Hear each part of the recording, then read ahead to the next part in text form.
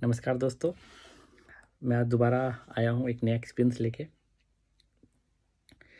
Start करने से पहले मैं आपको बताना चाहता हूँ कि मेरा पासपोर्ट रिन्यू हो के आ गया है, जो अराउंड 20 डेज़ लगे थे। और जिन लोगों को देखना है कि जानना है कि यूके के अंदर इंडियन पासपोर्ट कैसे रीइश्यू करा सकते हैं, रिन्यू करा सकते हैं, तो मेरा एक पर्सनल एक्सपीरियंस आप देख सकते हो मेरी लास्ट वीडियो में। और ये वीडियो जो है वो स्पेसिफिकली है कि यूके के अंदर घर कैसे ढूँढें। तो स्टार्ट करने से पहले सबको हैप्पी दिवाली। एंड एक डिस्क्लेमर देना चाहता हूँ, I am not a consultant. मैं पर्सनल एक्सपीरियंस शेयर कर रहा हूँ अपना। किसी और का अगर कोई और एक्सपीरियंस है तो वो कमेंट में लिखे, कमेंट में बताए कि उसने घर कैसे ढूंढा, कौन सी सिटी से है, तो लोगों को पता चलेगा कि घर ढूंढते टाइम हमें किस किस चीज़ों का ध्यान रखना चाहिए। तो स्टार्ट करते हैं। जैसा कि सब इंडिया से आते हैं तो सबको दो वेबसाइट बताई जाती हैं या दो एप्लीकेशन बताई जाती हैं, तो ज़ूपला या राइट मूव यूके। एक तीसरी और है ओपन रेंट, जहाँ पे आप लैंडलॉर्ड से डायरेक्ट बात कर सकते हैं। लैंडलॉर्ड पोस्टिंग करते हैं कि उन्हें टेनेंट चाहिए, आप घर पसंद करते हैं तो डायरेक्ट बात कर सकते हैं। एजेंट भी करते हैं उस पर, लेकिन लैंडलॉर्ड भी करते हैं, तो उसमें आपको एजेंट एंड लैंडलॉर्ड दोनों मिल जाते हैं। ओपन रेंट पे भी आप देख सकते हो। तो सबसे पहले 3 एप्लीकेशन हैं, राइट मूव यूके, ज़ूपला और थर्ड ओपन रेंट। अगर किसी को और भी पता है तो कमेंट में बता दे, लोगों को हेल्प होगी कि और कौन कौन सी एप्लीकेशन या वेबसाइट है जिनके थ्रू वो घर देख सकते हैं। यहाँ पे सेकंड चीज़, एजेंट टेनेंट से ब्रोकरेज नहीं लेते। तो आपको दिखाई देगा ब्रोकरेज नहीं लेते तो वो आपके पीछे भी नहीं पड़ेंगे, आपको कॉल करके बहुत ज़्यादा घर भी नहीं बताएंगे, तो उसके लिए आपको ही एफर्ट करने पड़ेंगे और आपको ही घर देखने पड़ेंगे। तो आपकी ये एक्सपेक्टेशन पहले दिन से ना रखें कि आपने एजेंट को बताया कि आपको घर चाहिए तो वो आपको रोज़ कॉल करेगा और आपको बताएगा कि ये घर अवेलेबल है, तो आपकी ये एक्सपेक्टेशन आप मत रखना। घर ढूंढने से पहले 2 चीज़ की क्लैरिटी होनी बहुत ज़रूरी है। घर आपको कहाँ लेना है, सिटी सेंटर के पास लेना है या सिटी सेंटर से दूर लेना है। सिटी सेंटर के पास लेने के बेनिफिट ये हैं कि सारी शॉप्स वगैरह, सारी नेसेसिटीज़ की शॉप वगैरह सब पास में होती हैं। थोड़ा एक्सपेंसिव होता है, क्राइम रेट भी मिक्स एंड मैच होता है। हो सकता है कि क्राइम नॉर्मल जगह से थोड़ा ज़्यादा हो, लेकिन वो डिपेंड करता है city to city. City center से दूर लेने का क्या फ़ायदा है, घर बड़े मिलते हैं, थोड़ा चीप मिल जाता है घर, थोड़ा शांति रहती है, लेकिन उसका एक डिसएडवांटेज यही है कि सारी शॉप्स शायद ना मिले, तो आपको उसके लिए सिटी सेंटर आना पड़े कोई स्पेसिफिक शॉप के लिए जो वहाँ ना हो, सिटी सेंटर में हो। और सिटी सेंटर से बाहर वो आपको देखना पड़ेगा कौन सी लोकेशन में क्राइम ज़्यादा है, कौन सी में कम है। तो सबसे पहला आपको यही पहला है कि सिटी सेंटर के पास या सिटी सेंटर से दूर। दूसरा फिर आपको देखना है कौन सी लोकेशन में एग्जैक्ट लेना है। सिटी सेंटर में लेना है तो कौन से पिन कोड के पास लेना है।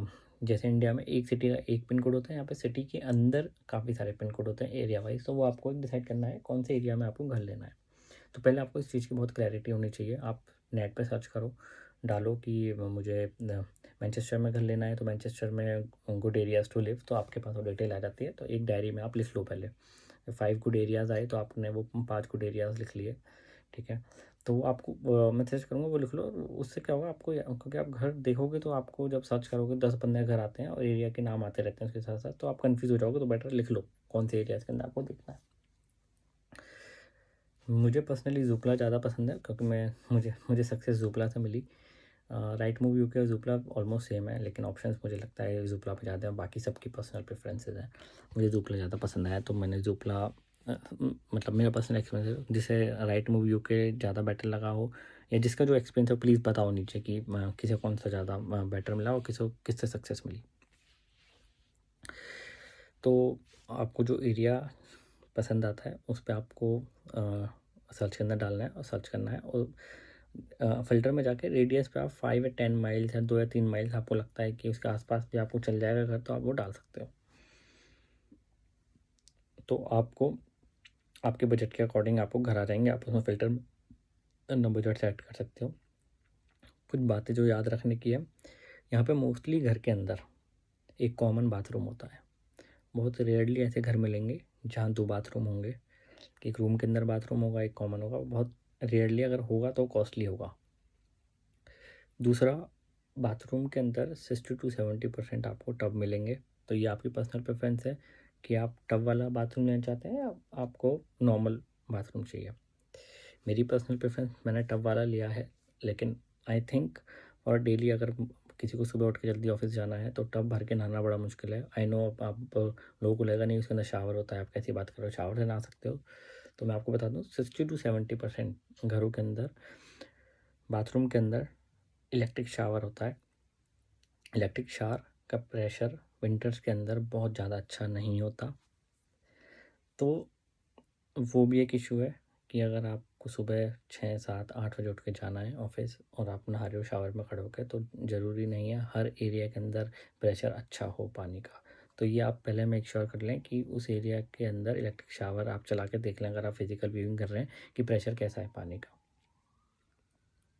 और टब के अंदर बैठ के बकेट से पानी भर के नहाना, वो डिपेंड करता है, सबकी पर्सनल प्रेफरेंस है। मुझे लगता है कि बिना टब वाला बाथरूम होगा वो ज़्यादा बेटर है, आप जल्दी से नहा सकते हो, वो डिपेंड करता है आपका।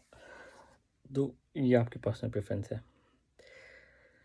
तो अब अगर आपको सर्च कर रहे हो, एरिया डाला, प्रॉपर्टीज़ आ गई, इंटरेस्ट शो करना है। अब उसमें एक की चीज़ है जो मैं आपको बताना चाहता हूँ, वहाँ बॉक्स होता है जिसमें आप लिखते हो कि, अब हम जनरली क्या करते हैं, उसमें लिख देते हैं आई एम इंटरेस्टेड, या I am interested in this property, please contact me.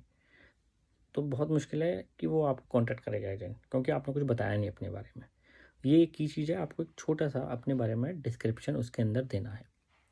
Description में क्या लिखना है, आप कौन हो, कहाँ से आए हो, कितने लोग रहेंगे प्रॉपर्टी में, आप स्मोकर हो, नॉन स्मोकर हो, पेट है नहीं है, बच्चे हैं आपके साथ नहीं है, फुल टाइम एम्प्लॉयमेंट में हो या पार्ट टाइम एम्प्लॉयमेंट में हो। तो ये आपको बेसिक डिटेल, और आप कितना आप अर्न करते हो। अगर आप कोई एग्जैक्ट फिगर नहीं बताना चाहते तो उसके आसपास बता सकते हो, वो एक क्रूशल है, क्योंकि ओनर एजेंट जानना चाहता है आप पे कर पाओगे या नहीं कर पाओगे। दूसरा, आप यही बताना है आपको, आपकी वाइफ जॉब करती है नहीं करती है, उनका वाइफ के साथ है। इंटरेस्ट शो करोगे, आई सजेस्ट कॉल करो, क्योंकि इंटरेस्ट शो करने के बाद ज़रूरी नहीं है कि एजेंट आपको कॉल बैक करेगा। जिसने कॉल करी, किसी और ने अगर कॉल किया उसे, और उसकी बात, तो वो प्रेफरेंस उसे ज़्यादा जल्दी मिलेगी आपसे, क्योंकि वो ईमेल्स में आपको पता है कि कॉल पर डायरेक्ट बात होगी, ईमेल पे पता नहीं वो देखे या नहीं देखे। तो बेटर है कि आप कॉल करो। जो प्रॉपर्टी पसंद आती है, कॉल करके एजेंट से बात करो, एजेंट को बताओ कि आपको प्रॉपर्टी पसंद है और आप इसकी व्यूइंग के लिए आप अपॉइंटमेंट बुक करना चाहते हो, उस अपॉइंटमेंट बुक करो। अच्छा, आपको एक चीज़ और बताता हूँ, इसमें क्रूशल है, अगर आपको 2 या 3 प्रॉपर्टी पसंद आएंगी, आई सजेस्ट उनकी व्यूइंग आप एक दिन के अंदर ही रखो, क्योंकि उससे आप डिसाइड कर पाओगे कि आपको घर कौन सा ज़्यादा पसंद है और कौन सा फाइनल करना है। अगर आप 1 या 2 या 3 दिन का गैप रखते हो तो प्रॉपर्टी यहाँ बहुत जल्दी लेट आउट हो जाती है। अगर आप सोचो कि आज मैं ये देख लेता हूँ, कल ये देख लूँगा, परसों देख लूँगा, फिर चौथे दिन में फाइनल करूँगा, तो मैं वह वो सजेस्ट नहीं करूँगा। एक दिन में 4 प्रॉपर्टी देखो, जो पसंद आती है आप फाइनल कर दो, क्योंकि यहाँ प्रॉपर्टी इतनी जल्दी लेट आउट होती है कि आप देख के आए, अगर 2 घंटे 3 घंटे अंदर जवाब नहीं दिया, आपने शाम को कॉल किया कि मुझे प्रॉपर्टी पसंद आई, तो ये भी हो सकता है एजेंट बोले वो तो लेट आउट हो गई। तो जो प्रॉपर्टी पसंद आए, और मैं वही बोलूँगा, जितनी जल्दी आप फाइनल करोगे उतना आपके लिए बेटर है। एक टिप आपके लिए ये है कि एक दिन के अंदर आप व्यूइंग अगर कर सकते हैं, क्योंकि मैंने पहले बताया था एरिया आपने ऑलरेडी डिसाइड करा होगा, तो आपने ये सब चीज़ पहले ही मैथमेटिक्स आपको कर लेनी है कि एक प्रॉपर्टी से दूसरी प्रॉपर्टी में कितना टाइम लगेगा जाने में, ये आपके ऊपर है। तो थोड़ा प्लानिंग से करोगे तो ज़्यादा बेटर है। अब अगला मैं आपको बताता हूँ, इसमें कॉस्टिंग बताता हूँ। एक रेंट होता है, उसके अलावा आपको काउंसिल टैक्स पे करना होता है। स्टूडेंट को काउंसिल टैक्स नहीं पे करना होता, वर्किंग प्रोफेशनल्स और सबको काउंसिल टैक्स पे करना होता है। काउंसिल टैक्स के अलग अलग बैंड होते हैं। ए बैंड सबसे लोएस्ट होता है, तो ए का मतलब है आपको सब कम काउंसिल टैक्स देना पड़ेगा, बी उससे ज़्यादा। मिनिमम 100 पाउंड कॉस्ट होती है काउंसिल टैक्स की ए बैंड के अंदर, बी में थोड़ी ज़्यादा, सी में थोड़ी ज़्यादा। इलेक्ट्रिसिटी आपको पे करनी होती है, वाटर बिल आपको पे करना होता है, गैस का बिल आपको पे करना होता है। अगर आप इन सब के ऊपर कोई जानना चाहते हैं कि इलेक्ट्रिसिटी प्रोवाइडर कौन सा बेटर है, या बिल्कुल इन डिटेल वीडियो चाहते हैं इन सब के बारे में, काउंसिल टैक्स का क्या बेनिफिट है, क्या होता है, कैसे सेटअप करना चाहिए काउंसिल टैक्स, कैसे डायरेक्ट सेटअप लगाना चाहिए, तो उसके लिए मैं अलग वीडियो बना लूँगा। आप मुझे कमेंट में लिखें अगर आपको इसकी वीडियो चाहिए। तो आपको एजेंट से पूछना होता है कि पूरा उसका आप ज़ूपला पर भी देखेंगे तो उसका पूरा ब्रेकआउट आ रहा होगा कि रेंट इतना है, काउंसिल टैक्स का बैंड ये है। और लेकिन होता क्या है, हम उस चीज़ पर ध्यान नहीं देते। तो मैं पर्सनली सजेस्ट करूँगा आपको रेंट के अलावा इन सब चीज़ पर ध्यान देना है। आपको एजेंट से पूछना है कि आपका काउंसिल टैक्स का बैंड क्या है, आपको कितना पे करना पड़ेगा, आपका इलेक्ट्रिसिटी का कितना बिल आता था पहले, तो अब कितना आएगा। तो आपको शौक ना हो कि आपकी तो रेंट की बात हुई थी, अभी काउंसिल टैक्स भी 100 पाउंड पर मंथ है, उसके बाद 60 to 70 पाउंड की आपकी इलेक्ट्रिसिटी है, 50 पाउंड का वाटर बिल है, 20 to 30 पाउंड की गैस बिल है। तो आपको ये ब्रेकआउट पूरा मैं बोलूँगा एजेंट से पहले आपको डिस्कस करना पड़ेगा। तो कोई प्रॉपर्टी फाइनल होती है, जितनी दूसरा टिप है, जितनी जल्दी फाइनल कर सकते हैं उतनी जल्दी फाइनल करें। अच्छा, ये मुझे नहीं पता, मैंने एक बात सुनी है, और वो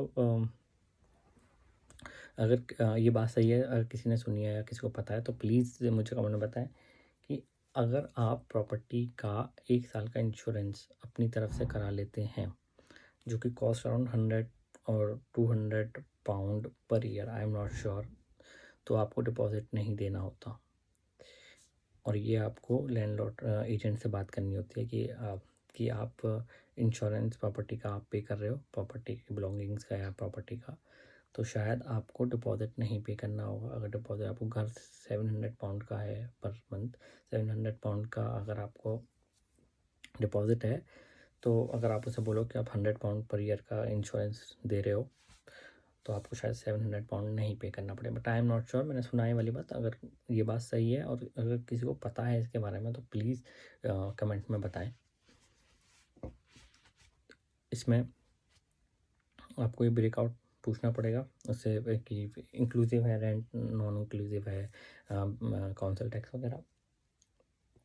कुछ प्रॉपर्टीज ऐसी हैं जो बिना डिपॉजिट के भी आपको मिल जाएंगी, लेकिन वो आपको सर्च करनी पड़ेंगे। मे बी बिना डिपॉजिट वाली प्रॉपर्टी आपको नहीं पसंद आए।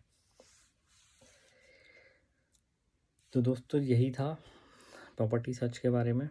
अगर कोई भी आपको और डिटेल जाननी है कि एक बार घर लेने के बाद हमें काउंसिल टैक्स कैसे सेटअप करना है, इलेक्ट्रिसिटी कौन सी लेनी है, और बैंक अकाउंट के लिए कैसे अप्लाई करना है, कौन सा बैंक अकाउंट ज़्यादा बेटर है, या कोई भी आपको डिटेल जाननी है, मुझे कमेंट में लिखिए, मैं उस पर एक डिटेल वीडियो बना के आपको डालता हूँ। मैंने प्रॉपर्टी सर्च का आपको बता दिया, आपको प्रॉपर्टी कैसे सर्च करनी है, कौन कौन से की पॉइंट्स हैं जिस पर आपको ध्यान रखना है। तो मिलते हैं फिर अगली वीडियो में किसी नए टॉपिक के साथ। वीडियो ख़त्म होने से पहले लाइक सब्सक्राइब करना ना भूलें। Thank you all.